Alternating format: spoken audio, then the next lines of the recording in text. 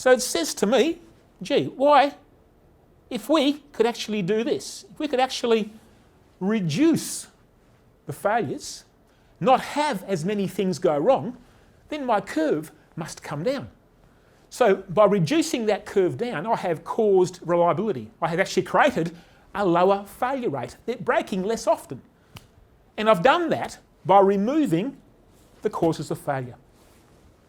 And when I remove the causes of failure, this gap here that would have been money lost and money spent on maintenance and money lost on breakdowns, it's not lost anymore.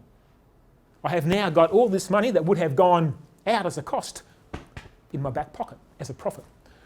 So equipment wellness, plant wellness is all about that. How do we make our plant so well, so healthy, and maintain that forevermore that we don't have so many failures? And if I can drive my failure rate down, which I can do by stopping the causes of my failure, then I will make money through making reliability. And that's the financial driver in plant wellness. We make money by not spending it because we save it because nothing goes wrong. We prevent the causes of failure. And to me as an engineer, the mathematics makes perfect sense. The logic behind getting money back by not spending it made a lot of sense to me. And so the challenge becomes, what are these causes? How do I stop them from happening? Please.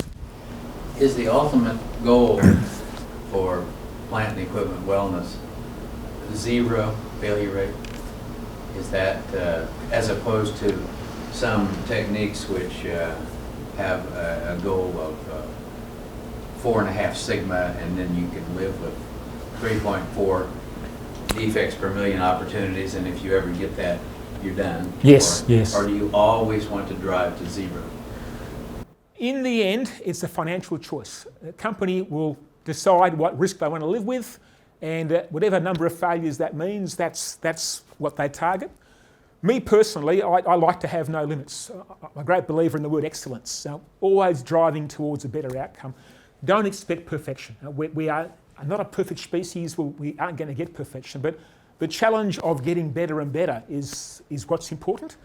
So I believe, I sort of, in the book I put it in the terms of no failures in the working life of the equipment. So it means we have to maintain the machine. I'm not saying not maintain, I'm saying no failures in the working life. So the working life is 10 years, then no failures for 10 years. If the life is a 25-year life, which the project guys would have decided back at the very beginning, we want this plant for 25 years, then I'm going to target for 25 years, no failures.